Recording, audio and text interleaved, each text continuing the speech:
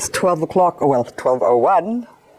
This is a Friday, 20th of June, and it says sunny, 4 degrees. I am outside, and it's now 12:02. And look, my PVN is starting to wake up again because a while ago, this thing was frozen.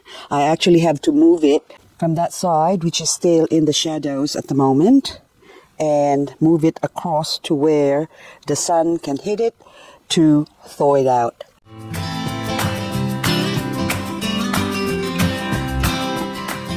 So it's 12:03 now, and well, probably, but this Madiba here is sitting under the 50% UV shade cloth area. And a while ago I had a look, and this thing was all frozen, but now it's slowly coming alive again. But I'm just trying to see if there's any damage, but none. So that was all sort of the inner part or the inside. I don't know if you could still see it. See that part there? So the inside core where, there you go, it's sort of a darker, duller color. That is still frozen. But the outside, that sort of thawed out, has gone white. If that is the case here, even in a protected area, imagine what the succulents or these poor babies would be experiencing in the shade. This is Darth Vader. Some parts of it is still frozen, sort of the darker part, and sort of the white part, or where the farina is sort of more evident, that's already thawed out. This one here at the back, that is still sort of half frozen. There's no more ice on it, but on the surface you can see that there's still some water, and the color is like weeping as well. That leaf there in the corner is like weeping, saying, I'm cold, why are you putting me here? This Ionian below, this got hit by the frost, but it curled up. Yes, before I forgot, we got to -7 this morning. Yes, and tomorrow forecast -6. Normally it would go a notch or two, so maybe tomorrow a big possibility that it might go -8. This pot here that is sort of semi-exposed because there's no covering up the top. So if I put my camera down here and I just flipped it up, so that's what it's facing. So any dew will drop into the plants that are here. All these different echeveria. This is King Richard, and that one is Caesar. Lotus Lantern.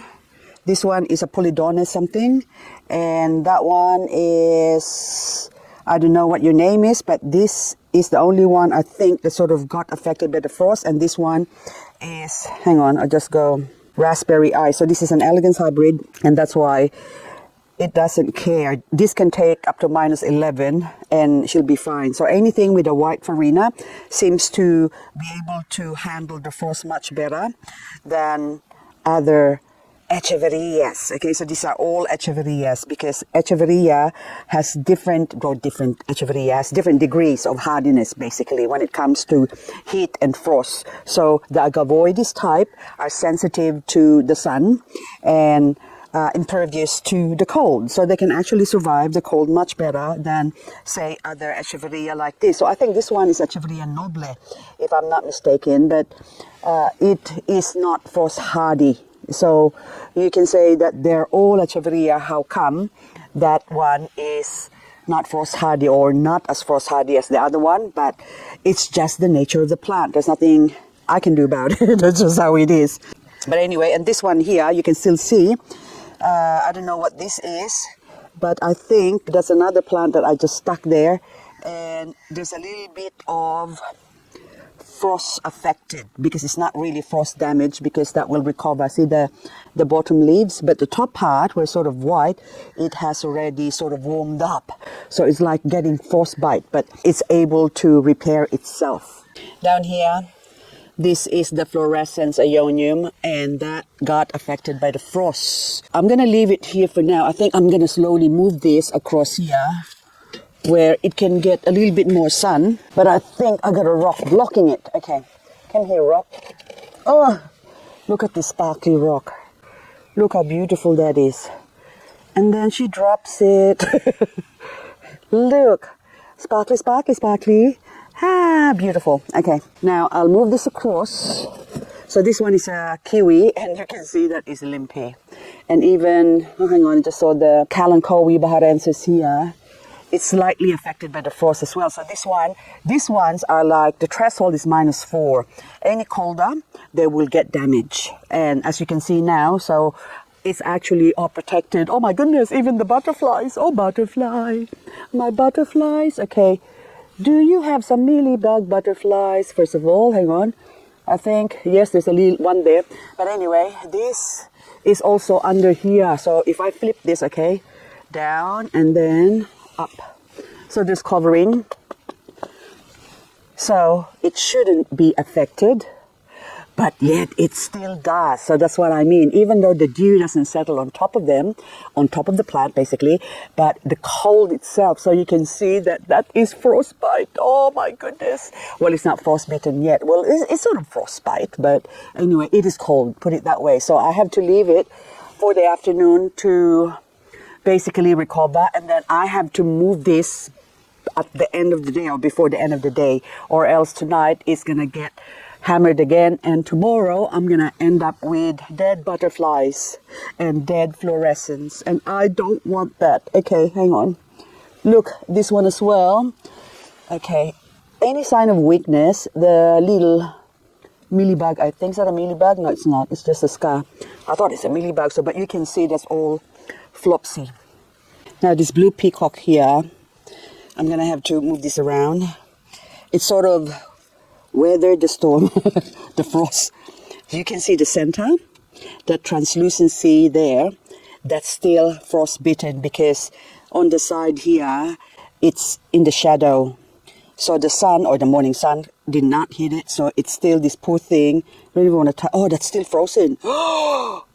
That's still got ice. I think we still have ice. Oh, you feel hard. I don't want to touch it because the minute you touch it or do anything to it, then before it thaws out, then the plant can die. So you can see at the back here, translucent. Look at that. So I might leave it and see what happens, but chances are those, oh, fork tongue. Look, that is okay. That's really, really, see, soft. As I touch it, look. So I think that leaf and that leaf is gone. The rest of the plant needs to sun up. And even this one, you can see those two there. So basically, had I continued my holiday and did not come back, if we get -8 or, well, 2 successive or 3 successive or a whole week of successive cold temperature or minuses, basically, a lot of my babies will suffer. So it's a good thing I got back home just in time. Now the Sedum pachyphyllum is so pretty because the cold is coloring it up, and this can handle the frost actually to even -10. But at -10 they will freeze up and start to fall off, but that doesn't mean they're going to die. It will get damaged by the frost, but we can still recover once the weather warms up, basically. So this area is sort of getting now the afternoon sun, basically. So I've got so that's the sun shining onto even this red velvet here. Red velvet, you can still see that part there. That's not okay. My neighbor's alarm has went off. A few If I moments continue with my later. video because my neighbor's alarm is still going off. But anyway, so just check out these beautiful babies, or I'm checking them out, see what they look like. So I think I'm gonna come back this afternoon and film this, but it's a pity that I can't show you the damage of the frost. Oh, thank goodness it stopped. Yes. Okay, we continue. Where were we? So back to the red velvet. Red velvet is slightly damaged, but that will recover. So if you can see that. So that part there is good.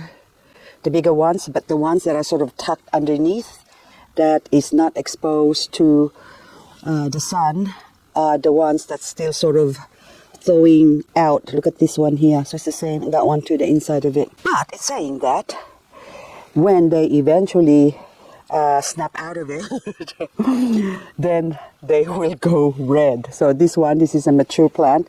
It's going to take a while before this actually colors up, because red velvet tends to have, you know, that red center, like the red velvet cake basically look. So that's what it does. But it is quite a hardy, beautiful plant. this diamond state in previous years was not as frost hardy as I'd like it to be, so I have been protecting it. So this year, after propagating it, I started with one head of variegated, and it's lost its variegation, but anyway, I think I can still see a little bit of variegation coming back in the center there. But basically I chop it off, and then it started growing all these heads, and I separated it, and I already put away the mother plant. So this is the mother head that produced a baby, and the mother stem has produced a lot more babies as well, and I've secured that because they're still not as tough as the mother head. So the mother body with lots of babies is still a little bit on the tender side, so it's in more protected area. But this one, I am surprised to see that it has now survived -7. So as you can see, all the echeverrias on this stand here, or on this table here, is all looking honky-dory. Even the Brinks Blue over there, that's just so gorgeous. Look at that. That's just so beautiful. It has survived in that spot. Whereas if I move that, say 6 inches over where this Purple Delight is, that would have melted or suffered from the frost. But where it is, just basically a few inches away, and it was able to weather the frost. So it does show, a few inches does matter. Lilacina, oh marble, you're so beautiful. Oh, I'm not supposed to do that, but well, put it this way, it has survived the frost. So this is the first year it has experienced frost in my care, and it has survived it with flying colors. So all the echeverias with the shelf overhead covering are doing honky-dory as well. And look at this thing, it's beautiful. I don't know what your name is, but you are beautiful. Honestly guys, I can't remember all these names now. So it's like my brain has gone into a snap, but hang on. Now, I saw the name, and it's red tips, so I have to remember. See, that's why it's so hard, because it's supposed to be red and it's yellow, basically. So what you see there, just in case the color of the screen sort of differs, this is more of a yellow tone than the red, with red tips, of course. And that's probably why they call it red tips. But the rest of this is so beautiful. Oh my goodness.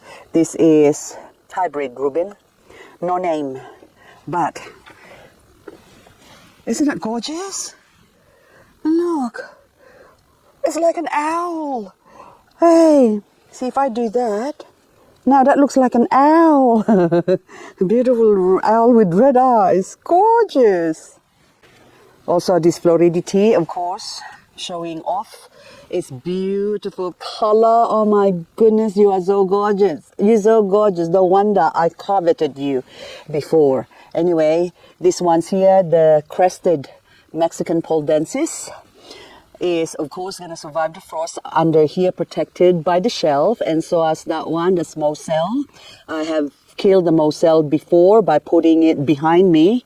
So behind me is basically, I'll turn around. Okay, I'm going to do this slowly so you can get perspective of my garden basically. So had that Moselle been placed, say in here, say cold air settles in the bottom, so the higher it is, the warmer it gets. So I had a Moselle that I left here before, or crested one, in a couple of years ago, and that has frozen from the frost. And then now so remember now it's probably about 12:30 now, and you can see that where that Moselle is now, here where the sun is hitting it and shining on it.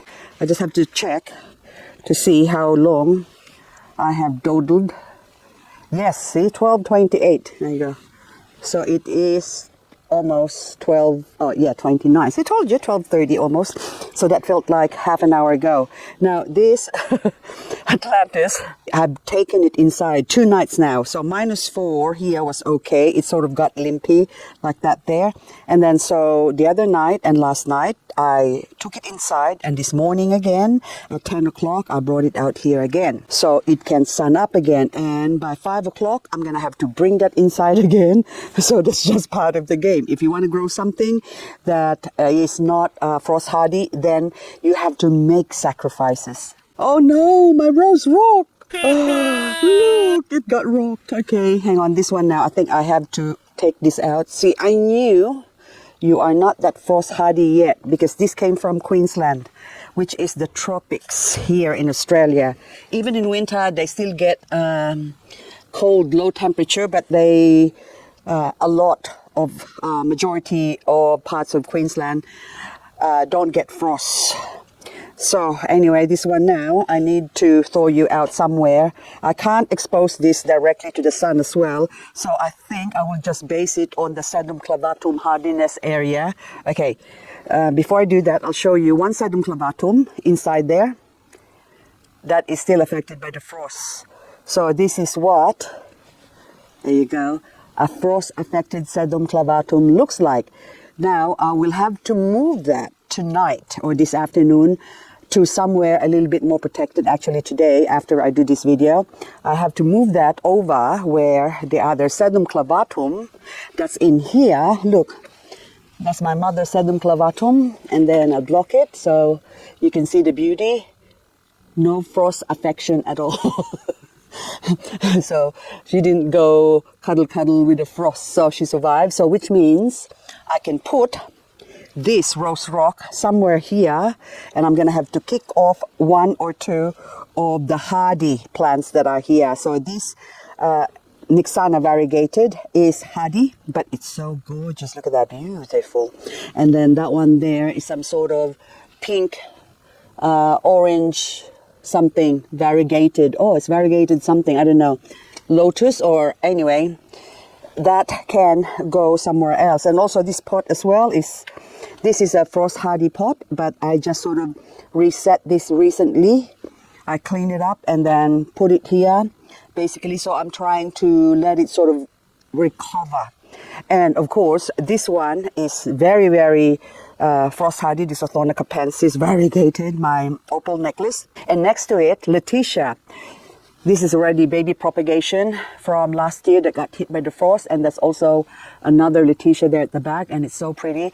And that one there, I put it there, I was hoping it will survive the frost, and it has.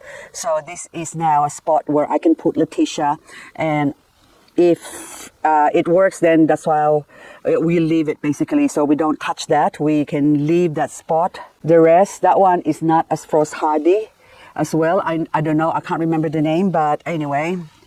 Hang on, Yamatoren. See, there you go. So that Yamatoren is not as hardy as I like it to be somehow. Although Echeveria polydonis is quite frost hardy or can handle the frost a lot better than other Echeveria, but that hybrid seems to get affected by the frost based on my experience from previous years. For a couple of years I've got that plant, and last year it did suffer from the frost as well. So I thought this year I'm gonna make it recover, which it has. So, and it's about to spit out some flowers as well in the corner there, as you can see. But anyway, that has to stay there, sort of protected as well. And those plants that are here, or those Echeverias, mostly in here, I think they're all Echeverias, they can go somewhere else. But I have to move things around, and then this rose rock, I'm still holding it, will go in there. Blue Cante is okay, not affected at all. And also these Elegans Monstros. Are you affected a little bit, I think? Hang on, not as much, because this is supposed to be also a frost hardy plant, but I think being variegated in monstros, that might actually sort of weaken the plant. So I'll put it next to the rose rock, or is that rose rock? I forgot now. Anyway, this one now, I'll move that there. You can all go huddle up in there, the sensitive ones. And then this one is actually pink dragon variegated, so I'll put the pink dragon there. You look so pretty. Look at you. Oh, gorgeous. You are just so gorgeous. Look at your beautiful sedum. This is my sedum palmeri, because it is an unknown plant. I think maybe you could suggest what name I should give this plant. Just a sedum. Beautifica. And over on this corner, how are you doing, baby? Phoenix! Oh no! Okay, she got affected a little bit, the outer leaves. See, the outer leaves are the old leaves. The old leaves are used to the tropics. And the new leaves are sort of doesn't know itself yet whether it likes the cold or not. So having seen that it has slightly got affected by the frost, Mariah did not, but this now, okay, also rose rock as well here, standard, not mutated. That can also go in there, even though, look, it's not affected because it's got some protection from the Mariah and a little bit of the rock here, making it warm. But this rose rock is sort of exposed because there's no protection here. It's just out in the open, even though I've got a curtain above still, or a lace curtain. So I'm just slowly moving this down because that way you can see. Now this one has to move. Beyonce can stay there because they're okay. So I'm gonna put those other ones here. Although now this one, are you okay? Yes, they're all okay, but they're quite frost hardy. So this is shallot. Oh, yeah, shallot champagne and Shanghai night. Is that yeah, Shanghai night? And that's that Shanghai night. That one and that one's the same. What is your name? Ratam. Come, they told me, ratam, tatam, tam. Oh, it is ratam, $17. 2 heads, there you go. So that's still cheap for 2 heads, so that's why I put it there. So I knew you're both the same. So now I can find a spot for you where you can handle the frost better anyway. And I'll pick up this, I'm going to call this red phoenix pot now, and move this over to the other side here. So I have to get this because this is more frost hardy than the other ones here. So this can be on the outside and that one can be on the inside. There you go. And then also this little dangle here will sort of protect that a little bit. Any obstruction, any diversions will protect them. So now that they're all sort of happy, settled in, I still have to probably move that later on. I will see how the mutated rose rock at the back there handles it being there. But for now, I'm quite happy with where they are. And then this one, I have to find a spot for you, and also the other one that I have removed. And anyway, guys, that's all I've got for this video. And these ones, I can't get over how beautiful they are, especially in the afternoon when the sun's not here and I come here. It just makes me want to be 6 inches taller so I can see them. Anywho, that's all I've got for this video. Thank you so much for watching, guys, and hope I catch you on the next video. Oh, hang on. You are so pretty now, and I'm so happy that Morgan's Beauty, that you have produced all these babies. 1, 2, 3, 4, 5. I think I also took another one. And yes, during winter, agavoides or a lot of echeverias will still flower as long as you don't go beyond -10. It's Sunday, and so I slept in, and so now this is my brunch. We got sugar-free pancake with eggs. And of course, since the pancake is sugar-free, I gotta make something with a little bit of sugar via the banana. And I have some fresh passion fruit with it. So this is dessert. And that's my main brunch, of course. Hose it all down with coffee.